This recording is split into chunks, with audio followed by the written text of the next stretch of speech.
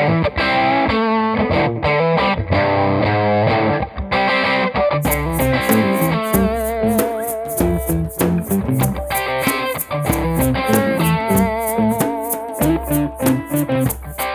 today's episode of PJ and the Beard, we're launching our long-awaited series about the Electra Distortion.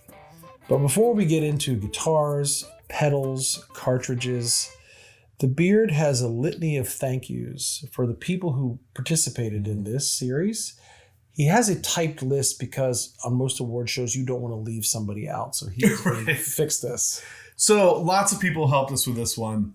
Right off the bat, Rhylan Morgan, Tim Lewis, Steve Higdon, and David Barber. Totally instrumental and offered advice all the way throughout. So big thank you to them.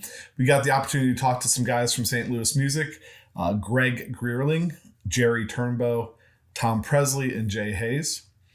Some pedal builders helped us out. So Joe Gore, Josh Scott, Nick Greer, Jamie Stillman, Jeffrey McCaglia from RFO Electronics.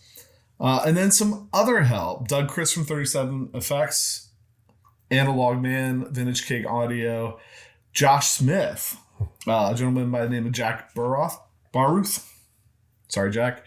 And then finally, Kieth Williams from 5 Watt World, who was kind enough to spend some time talking to me in a Google chat session, but also volunteered to help us explain to you what this series is about. The Electra Distortion has long been a popular circuit in the DIY community. Learn how in 1976, St. Louis Music engineered the most tone from the least circuit and inspired many future pedals. Well, it's pretty intimidating to follow the very professional and smooth Kieth Williams, so I'm not even going to try. What I'm going to do is ask, what is the Electra Distortion? Because I had never heard of it until we did an episode from Rhylan Morgan's Hungry Panda, and in the manual, it said like it was based on, and it was based on the Electra Distortion Circuit. I'm like, okay, great. Don't know what that is. Right. Neither one of us. Right. The first time we ever heard it. First time. So when I started the series, one of the first people I reached out to ask some advice from was Rhylan. And so I thought a great way to start right now would just be have Rhylan explain to you what the Electra Distortion Circuit is. What defines an Electra Distortion? What makes that circuit an Electra Distortion? PJ and the Beard really got me thinking about that. So it is a very simple boost circuit with one transistor, that transistor being biased by usually a 2.2 meg resistor, and then it has input and output capacitors like every other circuit. It's grounded with a resistor. You can add a gain control between the power supply and the transistor. You can do all kinds of stuff with the circuit, but what really makes an Electra Distortion shine are the hard clipping diodes at the output of the circuit.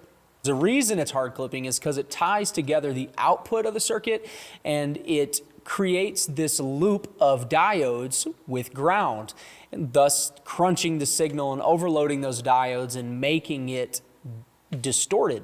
So you can change out these diodes to anything you want and it's going to have a totally different voice. The diodes really make the pedal what it is. So thanks to Rhylan Morgan for his contribution and breaking that down. But we saw the circuit diagram for the first time. Where did it come from? Right. And so to talk about that, we really have to kind of take a step back in history a little bit and lead up to that. We'll lead up to that throughout the video. This goes back to a sales rep for St. Louis Music calling this guy by the name of Kurt Trainer, calls Gene Kornblum up and says, look, we need a guitar that makes all kinds of crazy sounds. Remember in the St. Louis Music history video we did, we talked about how Gene wanted to start some of his own lines. Mm-hmm. So he had started the Electra line. They decide we're going to make an electric guitar that can make crazy sounds. And so Gene goes to John Karpowitz and asks him, how can we do this? And John says, well, give me some time, come back in 2 weeks, I'll have an idea. And so the idea that John came up with was the MPC, these little modules, very Atari, Nintendo reminiscent, right? These little modules that plug into the guitar. Like in my hand right here, I have a phaser, MPC1. I have the MP12 compressor. There's a dynamic fuzz. There's some envelope filters. There's a whole bunch of these modules that came out, and they were designed to fit in the back. Here's how deep the rabbit hole is. Yeah, what do you got there? Right. They were designed to fit in the back of an MPC electric guitar. So we turn the guitar over and flip up this wonderful little door. Look, we have another one. Here's an octave box, and here's a new RFO Electronics Elmo Overdrive. We'll get to that later. Yeah. So that's pretty interesting. Interesting concept, interesting way to do it. Mm-hmm. How long did they do that? Because I'm not sure that I've seen those until we started this series. How long did they do that, and then what happened after that? Right. So this starts in 1976. 1975 is when the conversations and the planning are taking place. They started selling the MPC modules or MPC guitars in 1976. That lasts to like 1983, maybe 84. And then those go out of production. And then I'm not sure that we have found anybody really making the Electra Distortion after that. But in 2007, and we get this number from Josh Scott. Pretty accurate, I'm sure. 2007, that schematic hits the DIY community. And people realize, hey, I want to make a pedal, and this is really easy to do. And it becomes a big part of the DIY community. And then even grows into some pedal manufacturers that are making pedals start picking up this design and stuff like that. And so it becomes a pretty popular circuit. So maybe you didn't hear my earlier question when I said, yeah, that's great, but where did the circuit come from? Where did the schematic come from that came 2007? Did aliens drop it off? Like, where did it come from? So this is this is the rabbit hole we keep talking about, right? Because when we started putting this series together on pedals based on the circuit, I thought it would be a good idea to figure out where the circuit came from. Right. So I started the search. And one of the first guys I talked to was a guy by the name of Steve Higdon. And Steve's a great guy, shared a lot of information with me.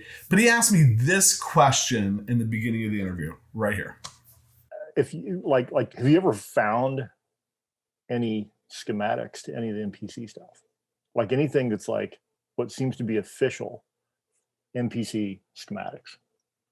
So I was like super stoked about this question right off the, like, this is it. Finally, I've been looking for quite a while. Your life's quest to be met. And here's a guy saying, I got the schematics. I'm like, all right, now we're going to put it to bed. We're going to know where the circuit came from. Great. Can you pull up the Power Overdriver? Because I'm figuring the Power Overdriver, this is the circuit. He pulls up this schematic. You're going to see it on the screen. And I'm really excited, but I noticed something. The two diodes that Rhylan Morgan talked about aren't there. So this is not the Electra Distortion schematic. This is not the circuit you were looking for. Right. So then I'm like, okay, well, that's not it. What else do you got? What is the Tube Sound MP8? What does that look like? And he pulls up this circuit. And you don't need to know a lot about circuits to look at this circuit and go, that isn't it either. That's, in fact, nobody really seems to, I need to be careful how I say this. Everybody I showed it to, pedal guys, know kind of what the circuit is, what it does. And the one thing they really knew well was it's not the Electra Distortion Circuit, right? They're like, cool circuit, bro. So that, feeling a little kind of defeated at that point. I'm not sure where the circuit came from. After talking with Josh Scott, he is, pretty certain, 100% certain, right? He's taken some apart. That Electra Distortion Circuit that we see in the DIY communities is the MP8 Tube Sound. I would love to know why Amaral, who eventually became St. Louis Music Electronics, I'd love to know what that other circuit is. Right. But that's a mystery right now. So yeah, the Electra Distortion Circuit is the MP8 Tube Sound module. And it makes total sense because it's about 2 or 3 parts more than what the Power Overdriver is. They can use the same board. They don't have to cook new boards and make 2 different effects. So now we know a little bit more, maybe starting to unravel the mystery a little bit. I'm just curious to know how something that was put in cartridges that went by the wayside reemerges in 2007, simple to make, but it has to have some staying power. Like, why does it have staying power? Why is it popular?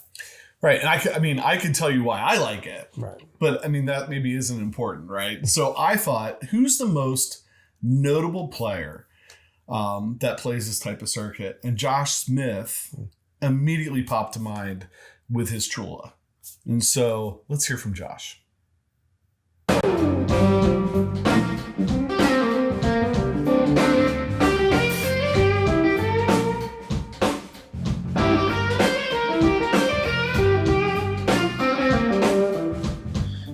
sent me the COT50, and I was just like shocked when I plugged this thing in because it reminded me of the Super Hard-On, but it had more gain, but it didn't like take over your tone. It like kept the tone of the guitar that you plugged into it very recognizable as that guitar. And I also never played a pedal that was as dynamic, you know, where literally if I played lightly or rolled my volume down, it would sound like it wasn't even on. And if I hit hard, it would sound like I had enough gain to get my thing going on. And that was really inspiring to find something that did that really kind of for the first time. And it works different for everybody, of course. It's dependent on the guitar, the pickups. So it was a perfect storm for me with my Telecaster and the heavy strings. It somehow put out the right amount of output that made it like super dynamic with this pedal. So I started using it literally all the time. I couldn't be without this pedal, and I was always setting it just below half on the, you know, the control, which is biased just below noon. And every now and then I turn it up for different things or for sessions, and I realized, man, I want to have two of these. One set just below half that's like my all the time on thing, and one set at somewhere else, and that's kind of where the Tchula idea started. The reason why I like it so much is it's really responsive to your playing, but doesn't have all the other characteristics that typically go along with touch sensitive overdrive and all those other weird buzzwords. It really, to me, does sound like it's just part of the amplifier. Especially just how I have the speaker crankers set up. It pretty much passes the full frequency response or the frequency range, and has asymmetrical clipping. So it's not like totally overdriven, and like the harder you hit it, the more distorted it is, but it's never over the top. And it's just like right on the verge of kind of blowing out, but without sounding, you know, broken or like just like misbiased fuzz or something like that. It's just really reactive, and it sounds really natural to me. And where like a lot of the, you know, other touch sensitive overdrives, like things, especially things like Tube Screamer based, where they have that sound where it's almost like there's like a clean signal undertone, where like they're, to me, they sound like they're not really melding. It's just like two parallel signals, even though it's not what's happening. This one doesn't have that. It's just really just feel like it's all together. Really, it's like adding compression to a mix that like glues everything together. It's a very interesting building block circuit, I guess, is the way that I would put it. Because it can take boosts in front of it. It can drive other pedals really well. You can do all kinds of different things with it because it is so simple, and so that simplicity lends itself to modification. It's 1976. The United States is celebrating its bicentennial. Gas is 59 cents a gallon. The average home costs $43,000. Median income about $18,000. If you want to buy a colored television, you're going to shell out about $600. You want a newfangled microwave, it's about $180. If you're watching that new color television, you're watching The Jeffersons, The $6 Million Man, and another little show. MASH. We love MASH. In the technology world, the space shuttle is introduced, and a small little company in California called Apple starts. So if you're going to the movie theater, you might see something about Rocky Balboa. The first Rocky came out in 76. Moving on to the music scene, Frampton Comes Alive, Eagles Hotel California, 38 Special Career starts. You're welcome, Brody. A little band called U2 starts under the name of Feedback. So why am I talking about what was going on in 1976? Well, because as we mentioned earlier, that's when the MPC came out. But what was happening in the landscape if you walked into a music store in the United States? We're going to have Josh Scott let you know what that looked like. This is my strong suit. I honestly and the other stuff, I really am legitimately excited to see what you got of an interview. So what you're saying now is like, I call them like the time capsule scenarios. I like to think about years and place a context around a year. So I love this discussion. So 1976, we know they dropped the MPC. We know that for sure. So what does the pedal market look like? I think we need to start when we look at this, you know, the circuit in discussion, the distortion, this whatever, you know, the single transistor hard clipper, why did they do this and what's the environment? I think it starts in 67, the process of their family tree here with the circuit. It is Mike Matthews shows up at Bob Meyer's house. They sit in his dining room. Mike's wanting a compressor that does not distort, a distortion-free compressor design. They sit at the table. Mike he realizes it's not loud enough. Bob's not a guitar player. Bob needs to make it louder. Bob pulls out a transistor, a couple resistors and caps, and on the spot at the kitchen table puts a boost on the front of it, LPB1. Mike, businessman, goes, oh my God, this is like 4 parts. This is amazing. Work on the compressor, I don't care. It takes that little circuit to New York City, and that's the first Electra Harmonics product. That product, too, in the family tree is crazy. Hartley PV goes to a trade show, sees that thing, puts it in PV amps as the distortion circuit. This single transistor boost changes guitar, because up until then, you don't have anything other than like a range master or fuzz faces. You know, there's not a lot of clean boosts. It didn't exist. LPB1's a big deal. People start overdriving their amps with it, which is why this is called power overdrive. Like that's their thought process. So in 76, what's happened is MXR started. MXR is like the second wave here. 1974, they released the Phase 90, somewhere back of a Rolling Stone magazine. It says, "We are here." It's the most amazing ad ever. It's like the most ballsy ad I've ever seen. "We are here." It's like, what is this? The Distortion Plus drops hard clipping with an op amp. That's very different, but it's hard clipping. Before that, the only time we've really seen hard clipping, meaning 2 diodes, right? The diodes are dragging the signal down. We see that in the Sam Ash fuzz, which is also the Astrotone. That's 1966. So it actually predates Mike, but it wasn't very big. That was the process of clipping the signal off with diodes instead of cascading boosts like fuzz. When you think of a fuzz pedal, this boost hits the other and it just keeps destroying the signal. The difference with diodes is you have a boost and then you cut it off, the waveform. So this hard clipping is really new. By the MXR makes it famous. And I think what they're thinking, whoever's designing this, they're building off the back of what they've seen. A really good clean boost and the ability to put a diode at the end using the same circuit board and put 2 extra parts to have a second product. I think that's what's in their head. Because when you go to a music store, MXR is in that store. Color Sound, if you're lucky, I doubt it. Electra Harmonics is in that store. DOD is new, but a little bit smaller, but they're about to be bigger. Rat does not exist. Roland is making crap nobody can probably buy or afford, which is like the Bebop and all that weird stuff. There's really nothing.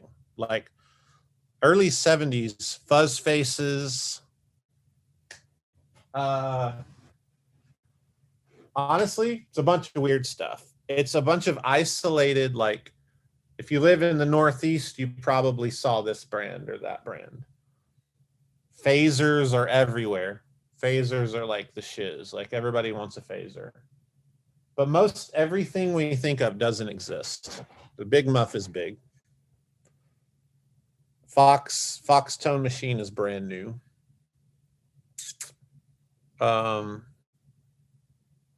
It's a very different time. I think the challenge is like where we are now. We have so many pedals. Yeah, when they dropped these, I think they were pretty unique. Like fair to say, this is a really unique thing. I think what we call the Electra Distortion, the MP8, I think it is. I think that is a really unique drive circuit that no one had ever made at the time, using textbook, really smart circuitry. But I don't think anybody had cocktailed it in that way. I mean that in sense of like all of us as circuit designers, we end up cocktailing like that's a good tone control, and that's this. Let's mix it up. That's kind of, I think that's what they did really well. They took a common emitter boost, hard clipped it, and it's honestly magical. I mean, that's why every drive pedal, you know, they all sound amazing. They sound like an amp. Oh, no. There was, let's put it this way. There were really probably 3 or 4 that were well accepted designs. We'll call them designs because I didn't care what the name brand was. Remember, you've opened up enough of those dadgum things and you'd say, okay, here are 4 brands and they've got a different case, but the board's exactly the same on all of them. All right, I'm holding this guitar because it has this logo on it. It's the Electra. It was made in the Matsumuku factory where they were making Westone, Epiphone, and some other guitars, but this was made specifically for St. Louis music. Mm-hmm. But this is what caught my eye because I've seen this logo down in this space on some other things, and maybe you can tell me what they are. Right, so the rabbit hole keeps getting deeper. Browsing eBay and Reverb the whole time we've been planning this series, I come across this. This is made in Japan, the Electra Overdrive with 1 knob on it. And I'm like, we found it. There it is, right? Here it is. We got it. It's not it, but very cool pedal. I find the Electra Overdrive, 3 knobs. You'll see other names on this like Dinosaur and some other companies. Made in China, also not it. So, go ahead. So very, very confusing, right? But maybe it gets even more confusing. And so why I had him in a Zoom session, I had to ask Josh, what's the deal? This is like, the confusion level on this is madness, you know, because this is the only thing that ever said distortion. And this has nothing to do with the, with that circuit that's being, you know, that's been this DIY haven for years. Locobox technically became Aria. This is one of the first, what we consider boutique things ever made. There was literally a small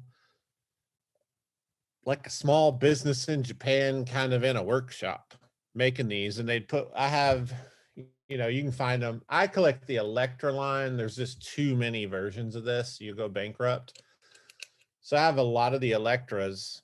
And then this is more mass produced, like Chinese. But yeah, all of that is severely disassociated from the original MPCs because at some point, Electra, there's a difference in a company and a brand. I think Electra was a company here and they just became a brand, and they didn't, like Ibanez never made, they were just a brand within a bigger company. Like a lot of people think Ibanez has always been a company, but they really aren't. They weren't until like 99. Maxon made everything for them. So I think Electra became, from my perspective right now, with what I know, which I don't feel like I know enough, Electra just became a name brand to pop on things. And so, but this feels different. These MPCs feel like there was something else a little sturdier going on back in the original, like when St. Louis Music, Pacific Music was distributing. My recollection of those were like that the circuits, that those were all just done overseas, and they would get these samples in from and I think it was Japan at the time, and that they were like, hey, this is you know, an MXR circuit or whatever, and it's the same as this or same as that. That's what I kind of remembered. So I would expect those to kind of be different from the MPCs, although there could have been some overlap. They would import things and sell it through the catalog to all the music stores and stuff, and they'd warehouse it all there, and then and they would just get things on spec, or they would get samples in and say, hey, we like this, we don't like that, because I would buy some of the silly samples that would come in, and the samples would come in to Jerry and Tom, and then they would say like, hey, we're looking for a compressor, and then they would talk to their guys, and then they'd send in a compressor, and then but I'm almost positive, that the pedals were totally separate from the MPC stuff. There could have been a little bit of cross pollination, but I don't think so. I'd be surprised there, I guess. That pedal was made in probably 1976, 1978, somewhere in that vicinity. Might have been the original, and whether, I don't know when it was produced, but the design was in that period of time. Those pedals, those were produced, I think, is that one of the made in Japan, or is that one of, yeah. So that's made in Japan, and that's probably coming out of Nanyo Boeki. And that was one of original John Karpowitz's designs that he had made, but it was not necessarily made for the MPC guitar, but the circuitry could have been adapted to that. That was probably something that Gene had made overseas. And if it was made in Japan, it was most likely not one of John's designs, because we didn't make anything overseas from SLM Electronics until well into the 90s. They bought Gene Kornblum, the owner, the previous owner, bought Amarillo because he wanted John to make these crates, and John said, well, I can't do that, run my business. Gene said, I'll buy your business. So Gene bought Amarillo to get John on board to start SLM Electronics crate. I think we can add some insight to the difference between a brand and a company as it relates to St. Louis Music and Electra. So if you think back or go back to the video we did on kind of the short history of St. Louis Music, one of the things that we talked about was Gene wanting to bring in his own product line. So the Electra guitars, not just the MPC line, but the Electra guitars were that inspiration, right? They're bringing in their own line. This is them reaching out to Japan, speccing guitars, having them made just like Epiphone would do, just like Paul Reed Smith would do, just like, today, bringing those guitars in, selling their branded guitars. The pedals, on the other hand, from what it sounds, and there was kind of two stories on that, but from what it sounds like, most of the time anyway, we'll say that, most of the time, it's them saying, hey, can you send me an overdrive? We like this one, put our name on it. And then they're selling that and they're distributing that in their catalog. Josh is right that the MPCs are different. Right. So the MPCs are being made in the United States in the basement of Amarillo. I think it's Amarillo. In the basement of an electronics repair shop on, what was it? McKnight Road in U City.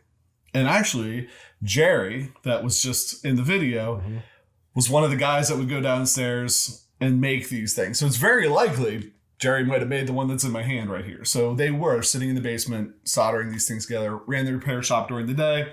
He said they would all go downstairs at night. I'm sure that was a good time. Right. You see them all sitting around with their soldering irons and maybe a random hand of poker in between. Right, making modules for that. So I think it's a little bit of both. I think they have their own products that they're making, but they're also putting their name on things. So that leads us to this next little section, which I think might stray away from the main theme just a tiny bit. Just a tiny bit. It's sort of like the sorbet between courses. But it ties back in so nicely too. So it ties back. Yeah. Two guys I really respect, and it had to stay in. I wanted to share it with you. We're going to do that right now. That appeal with primitive circuits and simple circuits. You have, that we just described in the Electra circuit.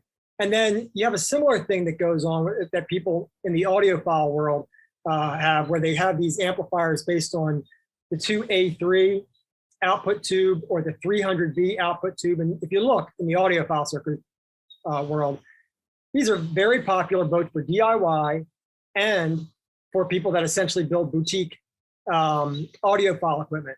And they're simple. They have a simple kind of charm to them that a lot of people like. How much can I wring out of this?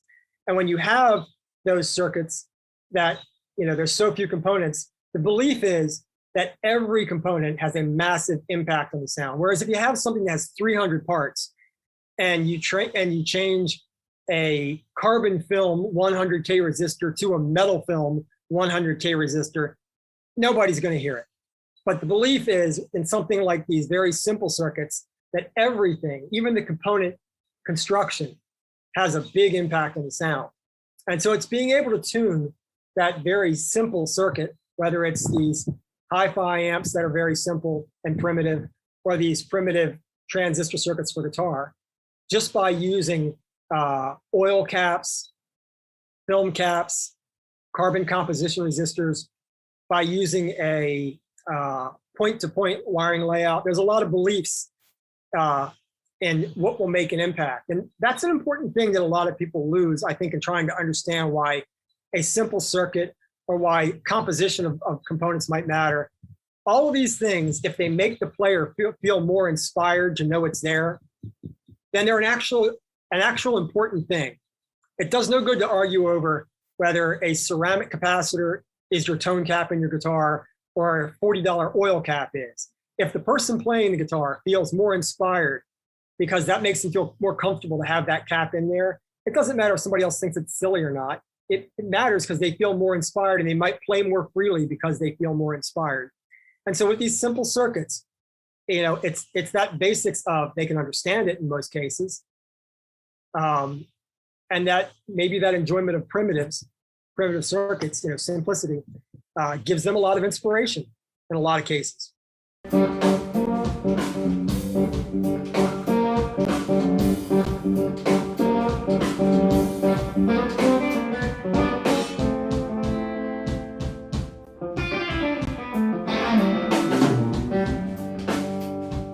100%. That's the whole point right there. It's like I'm trying to be just in the moment, playing the gig, not thinking. So comfort with my guitar, with my gear, with my tone is a huge part of that, of the, dropping away all the walls and just letting you be in the moment and play music. And I know that's esoteric bull, but it's the truth, It's the same reason, like in the blues world, when I deal with people who, you don't need all that shit. They see the pedal board. You don't need all those pedals. You play the blues, like plug straight into the amp. And it's like, well, listen, man, did you enjoy the show? Oh, it was great. Well, you would have enjoyed it a lot less if I was not happy and uncomfortable with my setup and didn't have the things that made me comfortable. So who cares what I'm using, what I'm playing? Don't worry about what anybody thinks about what you use or what you play. If it's what allows you to get in the zone, then it's the right thing for you. I think that's the only way to be. I mean, do you need all the gear in the world? No. But you need whatever makes you comfortable. And in the end, your comfort on stage and your happiness, all of that. When I look down at that pedal board, it makes me smile. And my tone makes me smile. And I'm comfortable. And I'm happy. And that's going to end up making a better show for the people who may be paid to come see that show. And isn't that the whole point? Everybody can get to that space, and that's, I want to be in that space all the time, every gig. And it's because that allows me to play my best and be the most free and do the things that actually are my favorite things in the world, which are just be freely improvising and balancing the head and the heart and the hands and having it all just come out naturally.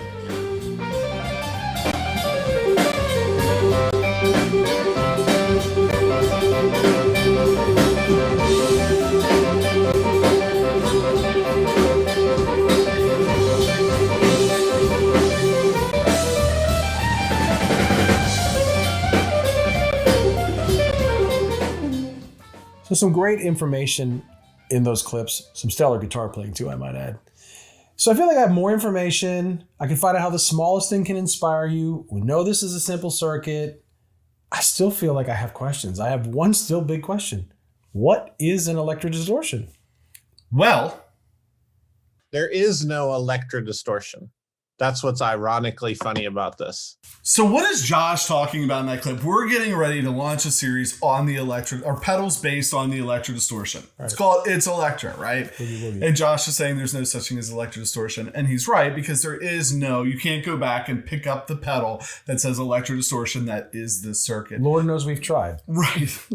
But there is such a thing as the Electra distortion circuit, right? First seen in a module, then seen as a schematic on the DIY forums. So the big question is, how does this branch into a series? Are we really going to show you 10 pedals that have this same simple circuit in it, or 15 pedals, or whatever it is that have this same simple circuit in?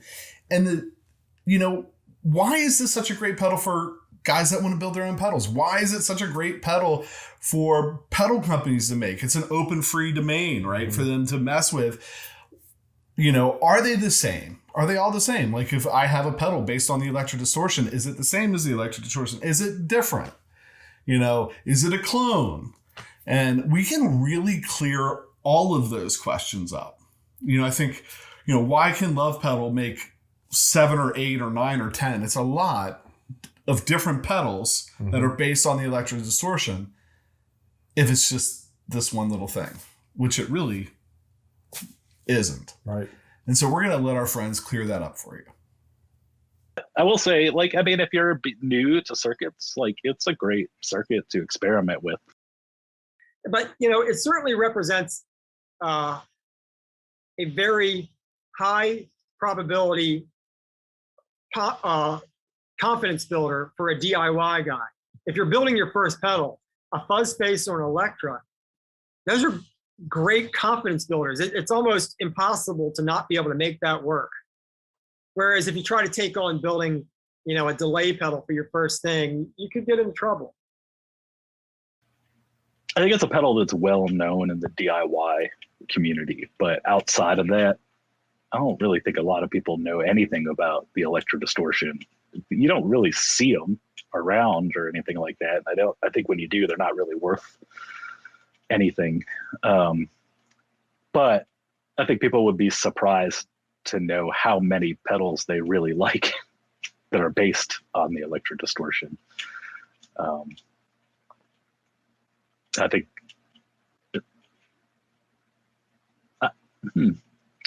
hopefully this doesn't sound like an insult. It's not an insult. Love Pedal has an entire line based on the Electra Distortion, and people love those pedals. The pun on the name. A lot of those are really, I think this in the same way that the speaker cranker pulls from the topology of the circuit. The Cot 50 is very similar, and people love that pedal, and it is a great sounding pedal. I just think that a lot of people probably don't realize how many pedals are actually based on that similar circuit. COT50, Woodrow, the Tchula, the Champ, Sean at Love Pedal mastered the circuit, and his stuff sounds amazing. It's super simple, and like I said, you can like I said in the beginning, you can learn a lot from just changing one or two components, and it teaches you kind of how the transistor works within that framework. It's a very simple circuit, so it's a great circuit to kind of start with, cut your teeth on, I guess, so to speak. I hate that phrase, but yeah, it's a circuit that's easy to mess around with and gain an understanding of at least how things function, like the different components function within the circuit. Well, I think they probably built them from their empirical knowledge of the basic rudiments of electronics. How much simpler can you get than a transistor, that makes a signal bigger? Not much. That's pretty much it. If you want to amplify something, a transistor, the minimal that you need to bias it to work, and the isolation that you need from the cap that's at the input and the cap that's out the output, and maybe control the output level with a volume knob, maybe shape it with a tone control, a simple tone control. It just doesn't get any more basic than that. Any applications guide will show you that. And so that's an important part of a lot of guitar electronics, is when tube manufacturers, transistor manufacturers make these elements. So we're calling anything that can act as like an amplifier in this situation an element. So a tube or a transistor. They give away a load of circuits for free and say, no copyright here, no intellectual property here. We want you to know this way that you can apply this element so that you can go out and make a product with it and buy thousands from us. So they're just trying to sell them. So they give you circuits. And this is the way to this very day that the vast amount of electronics work. It's hard to get it. One of the reasons it's hard to get a patent on a circuit is because the company that made that active element or that component has already come up with an incredible, amount of different ways you could apply that component. So these are made from those basic rudiments. These are as simple on that chart of application guides as you can get. And as few parts. I mean, if I was at that time thinking about building something into a guitar that would have to run off the battery that was going to deplete pretty quickly because they didn't have alkaline batteries yet, it would be something like the Electra circuit. I wouldn't put any more transistors in there drawing current than what I need. And I wouldn't put a lot of extra components in that are required to get large. So there's, and there's a lot of that kind of thinking going on in the Electra. And early effect pedals seem to work that way. They seem like they were always trying to keep them very simple. I mean, they obviously can make a lot more money when you can build the pedal in well under an hour. I mean, without even having a PC board, a pre-drilled box, I'm pretty sure I can build an Electra in less than an hour without even knowing where the parts are in my shop at this very moment to build that. I'd actually have to go and see where I put those transistors. I still think I'd be done in less than an hour. So it's a pretty, simple thing. Whether it would be tuned well or not, that's a different topic. But, it's as simple as it gets. Yeah, and that's the thing. I mean, if you change one capacitor, it's a completely different sound. If you change one resistor value, it's a completely different sound. And, I think everyone that does a pedal based on this circuit has a preference of the way to tune it. I mean, if you change the diodes, the types of diodes, you get a completely different sound. Like it's not the same pedal. If you just change even one of the diodes, it's a completely different sound, and that's the thing. It's a very good circuit to mess with and understand, to utilize, so that you understand how each component impacts things within the framework of the circuit. But it's also good to use as like a tester for different diode types. Like, hey, I've got, sitting over there, I've got a couple thousand Russian diodes that are from way back in the day. And I've got different kinds. And so, one of the things that I use is I use an older black fuzz that I put sockets on, and I can, just throw the diodes into that circuit and see what the difference is in these diodes and see how they sound in that circuit. And it tells me something for other circuits as well, because I can use it as kind of a test bed and say, okay, I do like this diode sound in a hard clipping circuit, for instance. I like this diode combined with this one, and or this one sounds a little too harsh in this way. So, it's that kind of a thing where it's a good kind of base level circuit to work with. It is the Electra Distortion, and I can kind of see why some people, I myself have never really talked about the speaker cranker being based on the Electra Distortion, because it is and it isn't. I don't own an Electra Distortion. The only one I've ever had any contact with was a cartridge that was in a bass, and I thought that sounded really good. It's just a common emitter amplifier. It's like a basic building block with some diodes thrown on to the back of it. So it hits a certain point and the diodes turn on and creates clipping. So it's like it is and it isn't. Like the Electra Distortion is also like an app note for a transistor, and there's it's a circuit where there's so few parts in it that they all matter. It's like a fuzz phase where, it's like 8 parts and it creates a million different tones if, you're patient and you want to listen for it. I think the Electra Distortion circuit is very similar.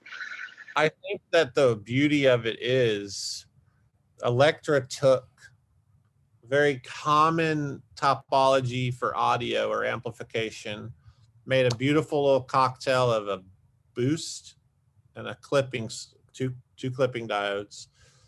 And that almost feels open domain already. It's a cool design. And then decades later, people realize how easy it is to build, and it's really tweakable. When to give credit where credit's due, when you look at like a Love Pedal COT50 or something, he didn't just make it and change a resistor. Like they're adding, he adds gain controls and swamping on the transistor, and you can play with this circuit like it'd be like somebody handing me tan Play-Doh and I have a bunch of food coloring and you can go crazy. You don't have to, it's not a clone. It's just such a good topology to use. It's way more tweakable, in my opinion, than a tube screamer or a more complicated circuit, because the more complicated a circuit is, the harder it is to undo parts of it. And the Electra is literally 8 parts without a knob.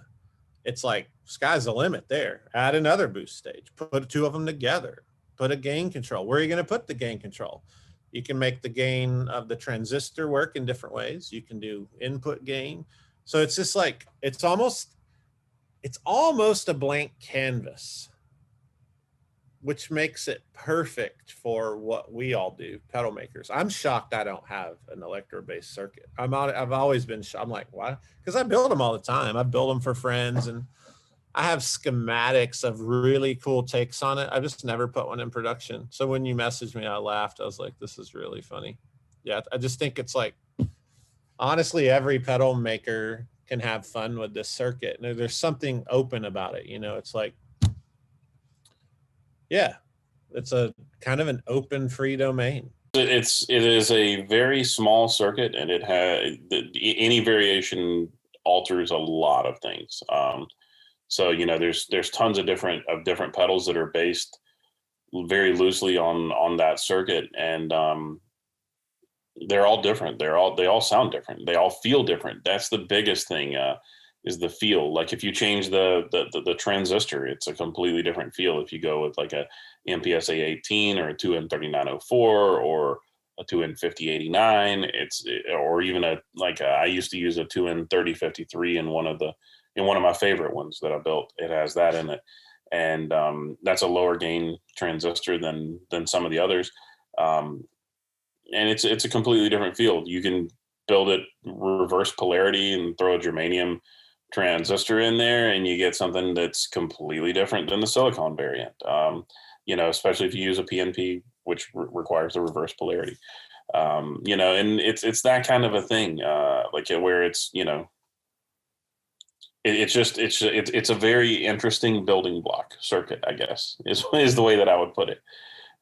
Because it can take boosts in front of it. It can drive other pedals really well. You can do all kinds of different things with it because it is so simple, and so that simplicity lends itself to modification. It's 76 where it falls, what it's borrowing from, and then what it ends up causing in like 2007. I think that's really funny to me. This little circuit, so many of us were like, God, that's easy and it sounds good. So you can see from those videos and what we watched before that of why this was such a hard series to launch. Very simple circuit, some complex history, derivations of that circuit. You can really see why this is quite the rabbit hole. So what's next? So the next episode is really what would typically be our first episode for a series. We're going to share with you the whole array of pedals, modules, guitar that we have coming up in the series for you. We have a lot of great pedals loosely based on the Electra Distortion to share. And I think with that, that kind of wraps up our our long history here. We always like to take a minute just to thank you for subscribing. Please do that. Click the notification bell so you know when the next episodes in the series are coming out. Big thank you to everybody that engaged with us. And I think with that, I'm PJ on behalf of the Beard, reminding you, no matter what you hear, you never have too much gear, especially when you can put Nintendo cartridges in the back of them.